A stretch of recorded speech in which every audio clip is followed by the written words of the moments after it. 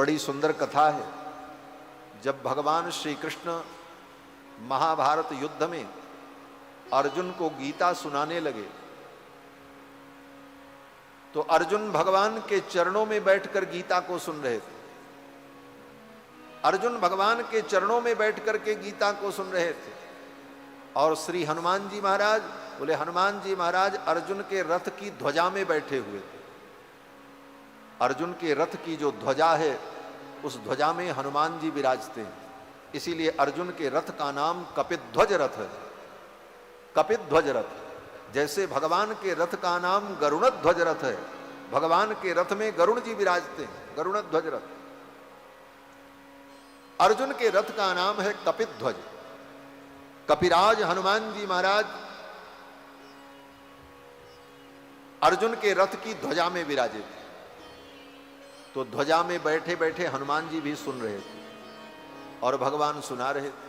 सुन तो लिया हनुमान जी ने गीता का उपदेश, लेकिन जब भगवान को पता चला तो भगवान ने कहा, हनुमान तुमने गीता का उपदेश सुना है लेकिन ये विधि के विपरीत है, क्योंकि सुनने वाले को नीचे बैठना चाहिए, सुनाने वाले को ऊपर बैठना, और तुम ऊपर बैठ करके सुन रहे थे, इसलिए इस सुनने से तुम्हें कोई फल नहीं मिलेगा, अपितु पाप लगेगा।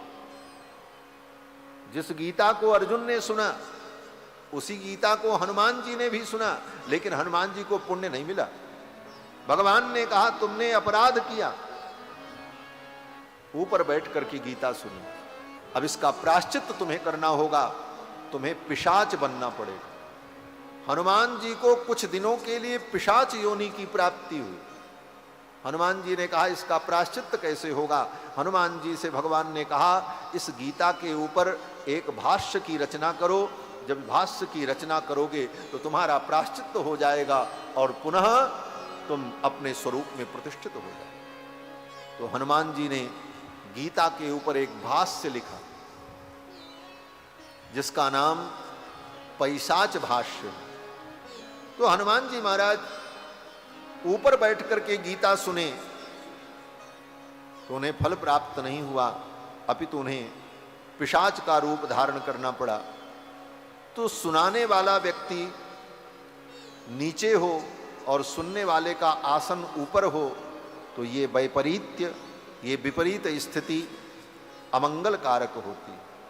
तो राम जी ने विचार किया कि मैं सिंहासन पर बैठ करके कथा सुनूं, ये मर्यादा नहीं है, इसलिए मुझे भी नीचे चलना चाहिए। लेकिन अब राम जी तो राजाधिराज हैं, अपने सिंहासन से उतर करके साधारण लोगों के बीच में जाकर के बैठ जाएं तो लोगों के बीच में अफरा तफरी मच जाएगी।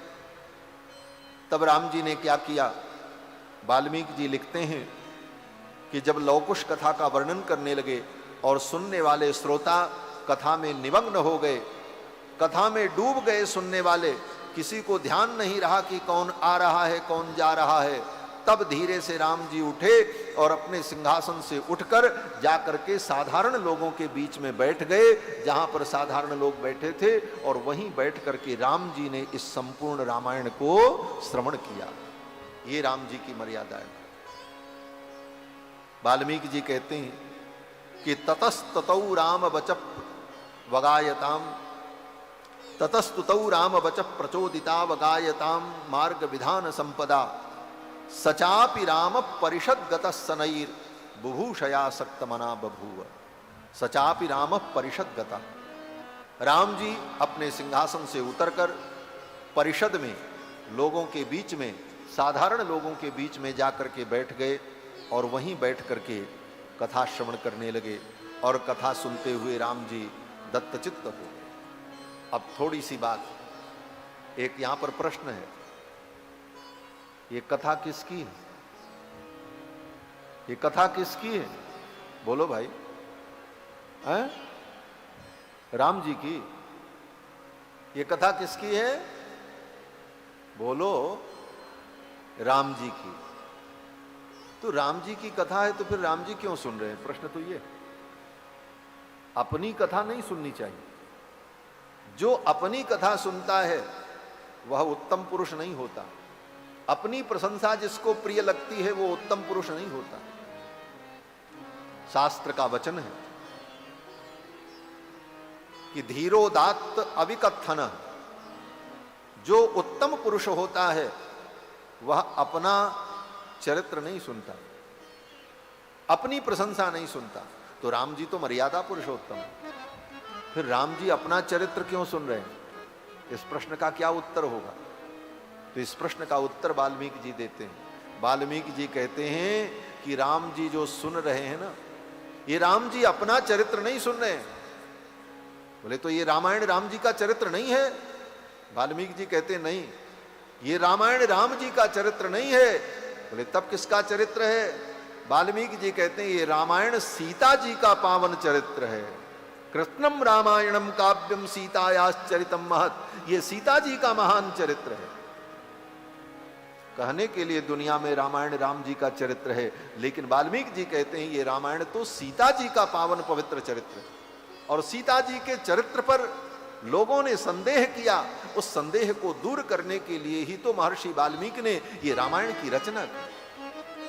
सीता जी के पवित्र चरित्र को समाज में प्रकट करने के लिए ही वाल्मीकि जी ने रामायण की रचना की। इसलिए ये रामायण सीता जी का चरित्र है।